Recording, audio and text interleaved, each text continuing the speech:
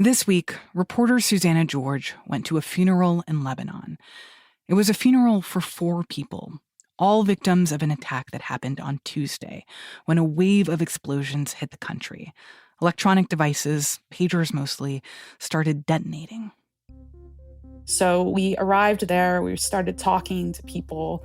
One of the people that we were talking to was describing what it sounded like on Tuesday in his part of Dahia, in his neighborhood. He said he heard the explosions all occur just almost at exactly the same time, but the sound was coming from different locations. And it was really just right after we were talking to him that we heard an explosion just down the street from where we were standing.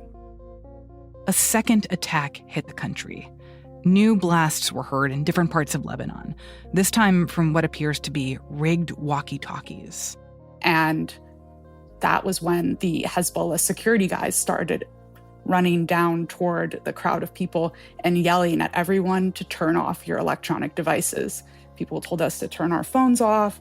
People were yelling that the explosion came from a walkie-talkie and that if anyone had a walkie-talkie to take the battery out immediately.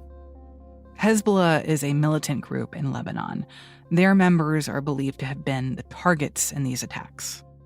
Almost immediately after the attack, people were running around, there was confusion, but people started to chant.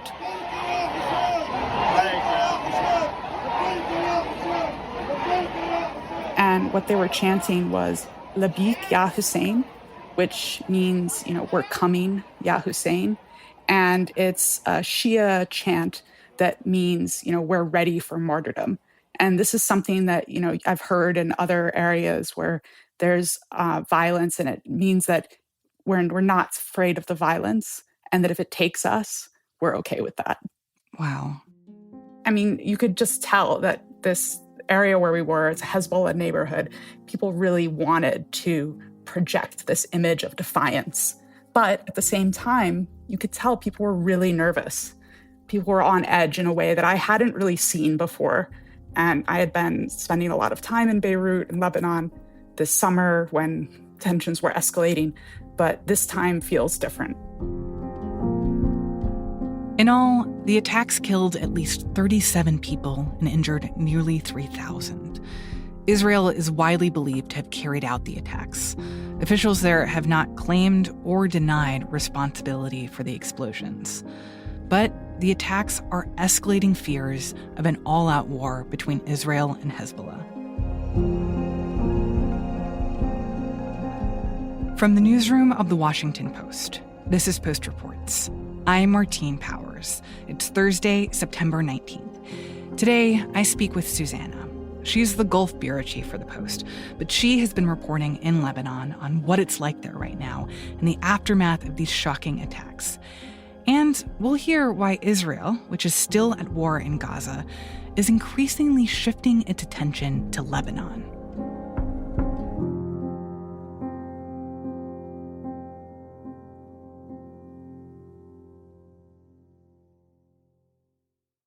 Susanna, I want to hear more about what it's been like talking to people on the ground in Lebanon. But I think it's important to explain what exactly has happened there in the last couple of days. What can you tell me about the story of these explosions? Yeah, it started on Tuesday in the afternoon. That was when pagers started exploding all over the country.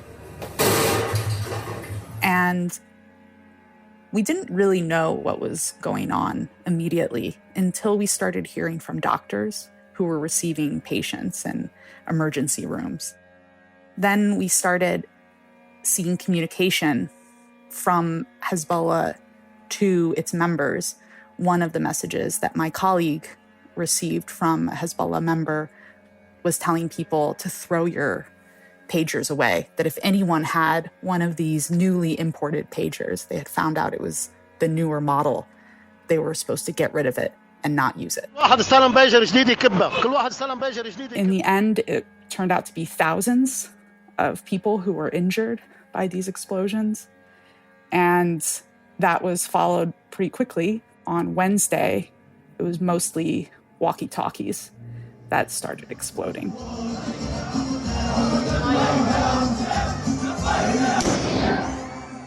And even, I mean, the impact that this has had, people are really just so nervous from these attacks. I mean, you could already see the impact of that when we were at that funeral, because, normally at a Hezbollah event, there's a bunch of guys who are doing the perimeter security, and they almost always all have walkie-talkies on, and no one had any walkie-talkies when we were there. People hardly had phones out because people were so nervous about using their electronics. And this was even before that second wave of explosions. So you can just imagine what it's like now. Wow. And can you explain the level of chaos and havoc that this has wreaked in Lebanon? Yeah, what we heard from inside hospitals and emergency rooms is, especially Tuesday, was really chaotic. A lot of the injuries that people were suffering from these explosions were very severe. We were hearing from doctors that a lot of people were suffering injuries to their face and to their hands. So even before we knew what the cause of the injuries were, we had a sense that it was something that people were picking up that exploded, and maybe while they were looking at it, from the blasts that doctors were describing to us. And then we later heard that these pagers were beeping. One of the people who I spoke to said it was like a continuous beep. It sounded very urgent, which is why so many people picked up the pager before it exploded and maybe tried to lift it to their face to look at what the message was before it detonated. Wow. And just to be clear, I mean, in terms of the deaths and the injuries that we've seen from people in both those attacks, I mean, that includes children, that includes civilians, correct? Yeah, from what we know about the attacks is that they were targeting Hezbollah. But because the explosives were put inside these electronic devices that, could easily have been left in a different room. One of the people who I spoke to, the aunt of a young boy who was killed, he was at his friend's house playing with his friend. The pager, I guess, was in the room where the kid was, but the adult who owned the pager was in a completely different room when the blast happened and was not even injured. And the young boy was killed.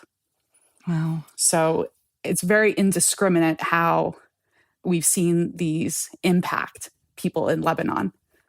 I understand that our colleague, Mohammed El-Shama, spoke to the chief medical officer at the American University of Beirut, their medical center.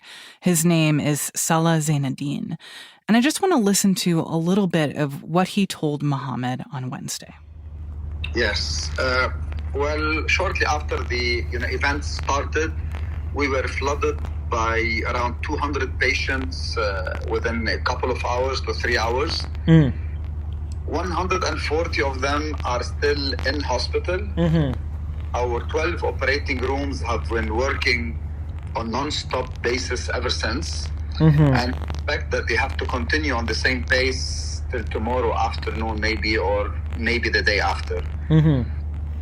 Most of the injuries are actually facial injuries involving the eyes and the nose and the cheekbones, in addition to hands and fingers and lower abdomen. And inside the ER, I mean, was it like very full? Was it over capacity? What were the operating rooms like? Very much flooded, but we had a mechanism to contain this task. Susanna, what do you make of that? And what do you think is important to understand from what this chief medical officer is describing here?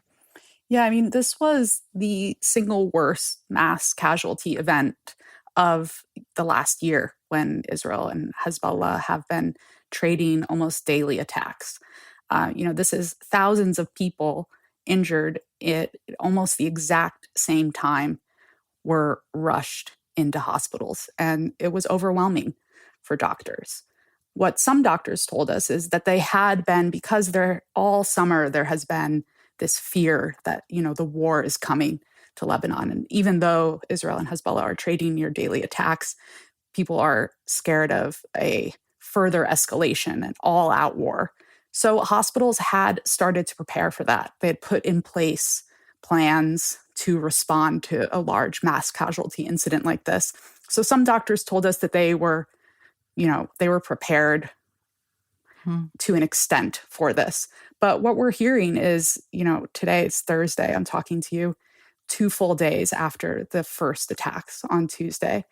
And I still heard that some patients at some hospitals are still waiting for operating room time because the injuries are so severe and they require such specialized care. There's physically not enough operating room space to get to everyone who was injured in that first wave of attacks. And there aren't enough specialized doctors to treat everyone yet. So, Susanna, you mentioned that members of Hezbollah were the targets here, or that's what we understand in our reporting now. I want to unpack a little bit about the greater conflict that led to this attack.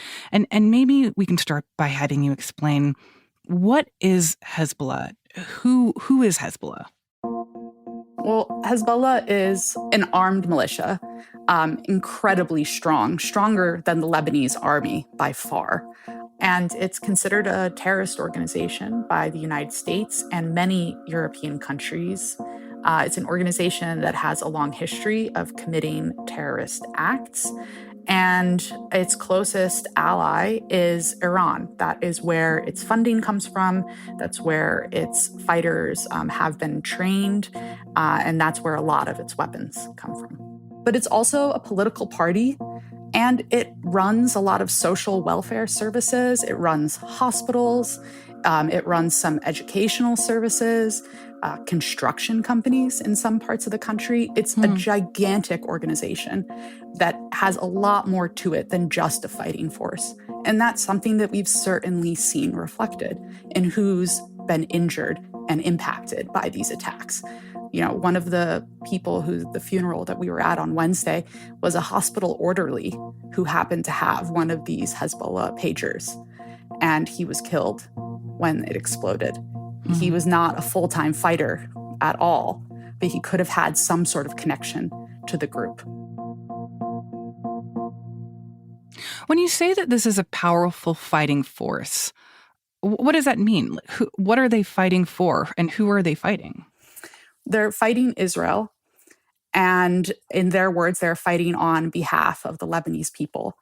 As one family who I met with in southern Lebanon told me, the woman who I was speaking to, she said, we're thankful that we have Hezbollah, because if we didn't have Hezbollah, we would be ending up like the people of Gaza are today.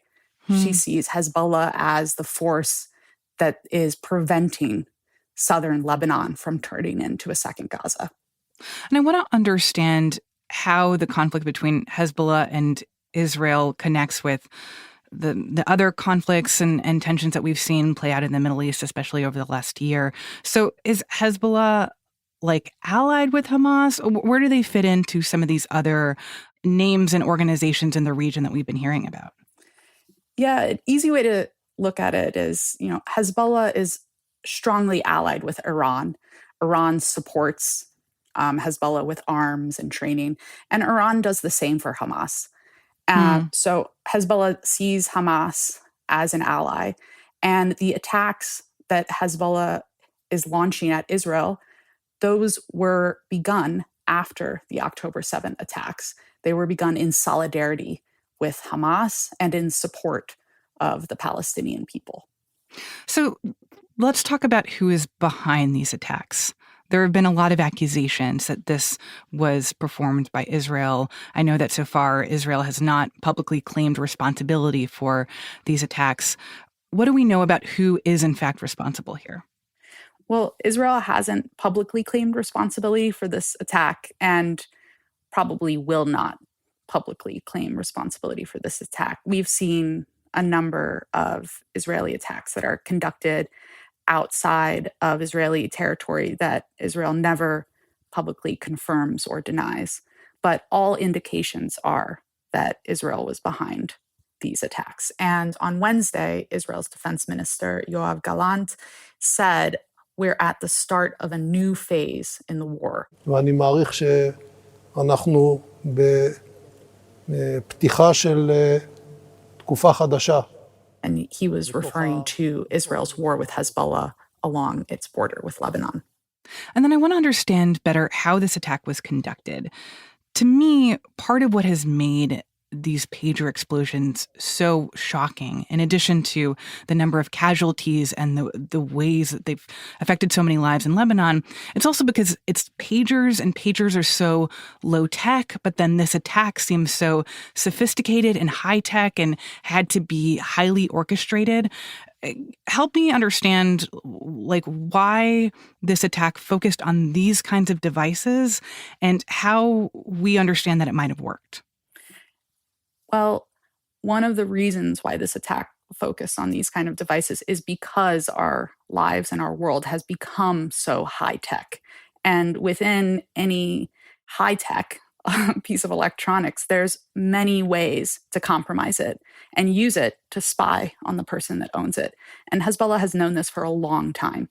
And so as tensions started to rise this year with Israel, Hezbollah became increasingly concerned that their communications could be compromised.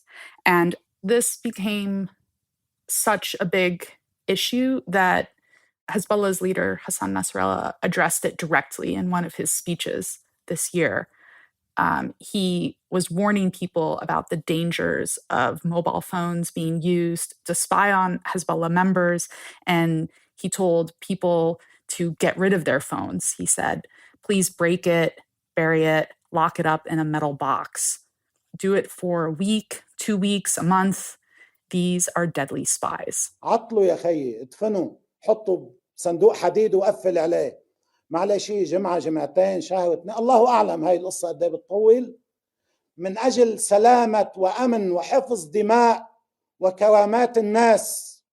And the pagers were part of that. A pager doesn't have it can't give away your location. It can't ping your location to another device because it's so basic. But you can still use it to send messages between two people. And so in that, Hezbollah saw a lot of value to be able to use something that would allow its members to communicate, but couldn't be compromised, and it couldn't send information that Hezbollah didn't want it to send.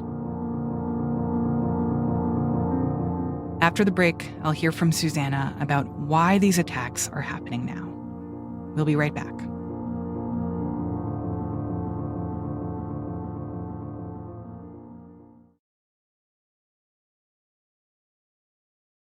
So the fact that these attacks happen this week, what does this mean in the context of this larger tension between Israel and Hezbollah and this escalation that we've seen over the last few months?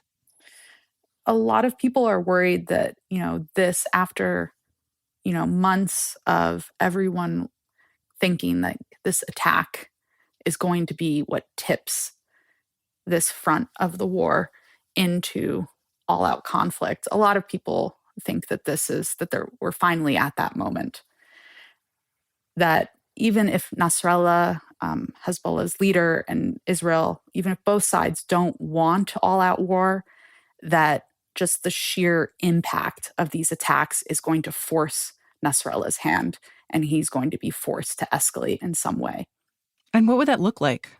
What it could look like is larger numbers of larger scale Hezbollah attacks on Israeli territory. And what we expect would be the hallmark of a marked escalation would be much larger numbers of civilian casualties on both sides. While the two sides have been trading, near daily attacks, they've been very calculated to minimize civilian casualties. So what people are worried about is if that escalates, civilian casualties could spike.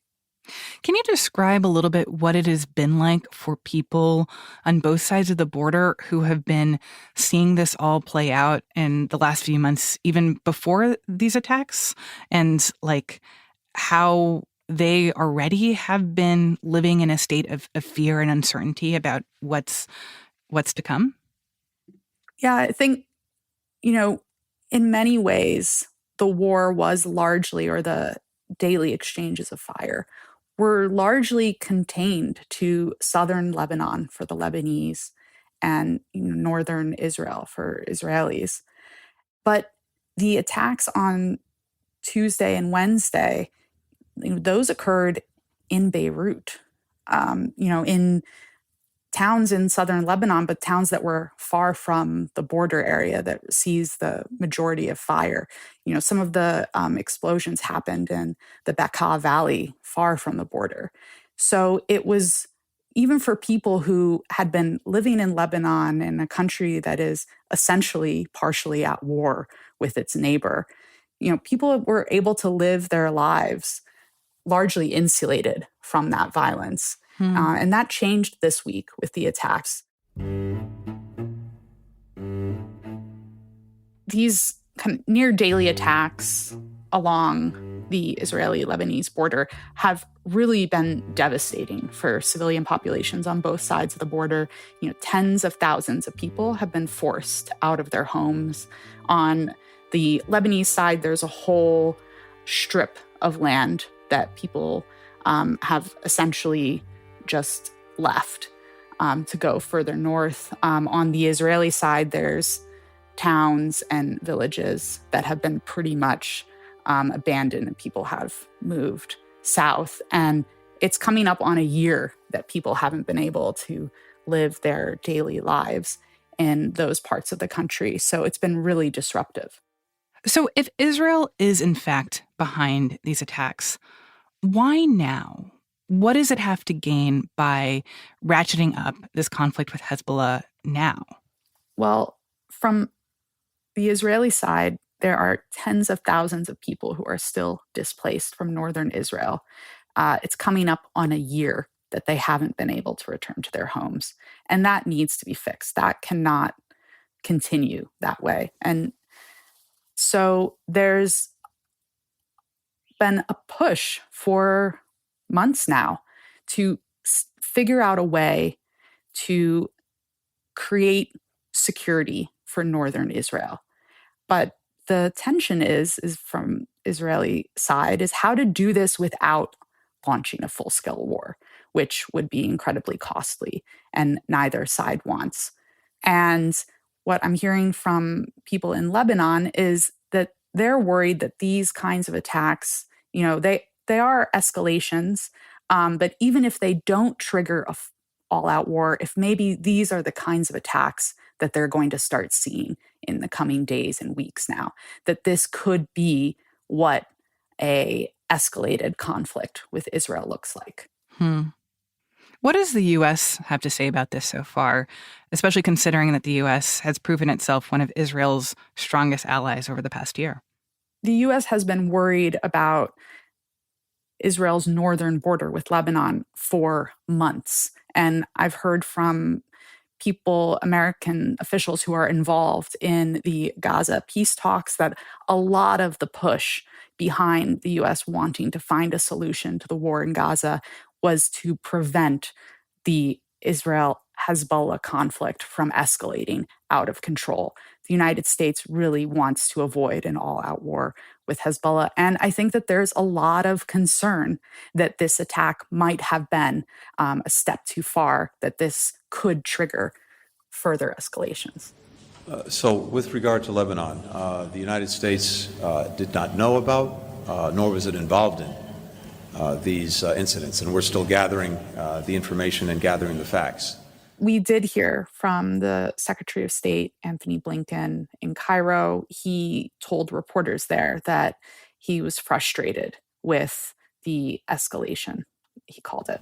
We've been very clear, and we remain very clear, about the importance of all parties avoiding any steps that could further escalate the conflict that we're trying to resolve in Gaza, to see it spread to other fronts.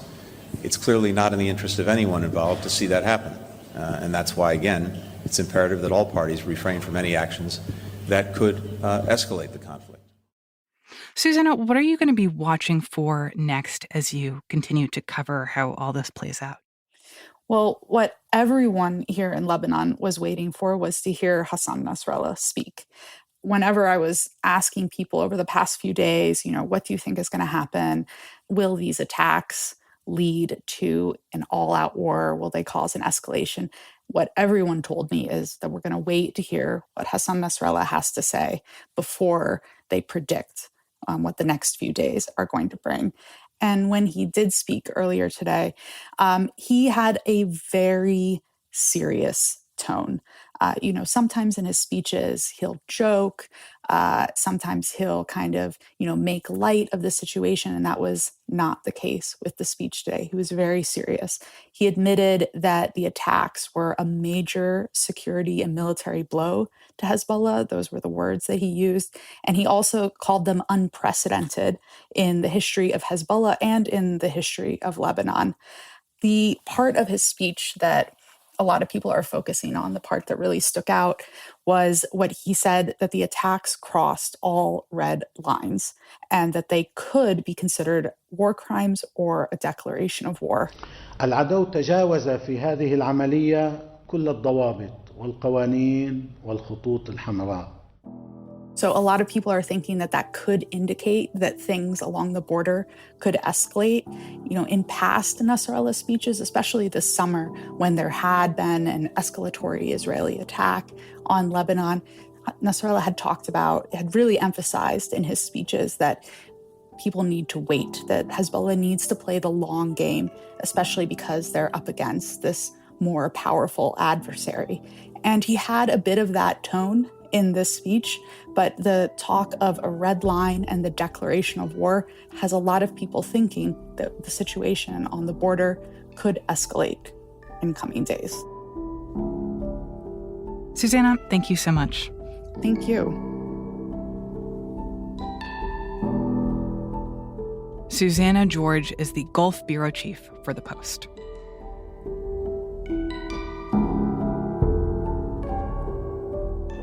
We're going to continue following what's going on in Lebanon. In the meantime, here are a couple other stories that our colleagues at The Post have been reporting on. First, hearings are underway into the deadly implosion of the Titan. A reminder, the Titan was the submersible used to explore the wreck of the Titanic. On a dive in June of last year, it suffered a catastrophic loss of pressure and imploded. All 5 passengers were killed. Now, in U.S. Coast Guard hearings, officials are trying to determine what went wrong. They released the first photo of the Titan's wreckage, deep at the bottom of the ocean. And a key employee testified about previous concerns he and others raised about the safety of the submersible. We all voiced concerns about what was happening in terms of the engineering of Titan. Also, our colleagues in the sports department have been reporting on the controversy over the Olympic medals stripped from U.S. gymnast Jordan Chiles. Chiles was initially awarded a bronze in the women's floor final at the Paris Olympics. Her medal was then revoked because of a timing question, an allegation that the coach who had inquired into Chiles' score and gotten her marks corrected had not filed her inquiry within the 1-minute deadline. Yes, it's all very technical. The bronze medal was given to a Romanian gymnast instead. The controversy is still playing out in court. But the Post has been doing its own investigation, analyzing video and audio from the minutes after Chiles' floor routine. What they saw shows that the coach in question did in fact initiate her inquiry within the required 1-minute time frame. And they've got the audio. Here's where she makes her first request for an inquiry at 46 seconds. Inquire for Jordan. Here's her second request at 54 seconds.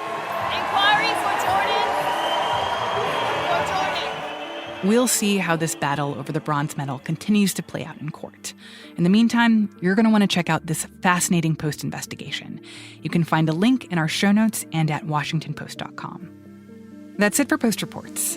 Thanks for listening. Today's show was produced by Rennie Svirnovsky with help from Emma Talkoff and Bishop Sand. It was mixed by Ted Muldoon and edited by Monica Campbell. Thanks to Jesse Messner-Hage, Jen Amer, Susan Haydemuse, Mohammed El-Shama, and Lior Soroka. I'm Martine Powers. We'll be back tomorrow with more stories from the Washington Post.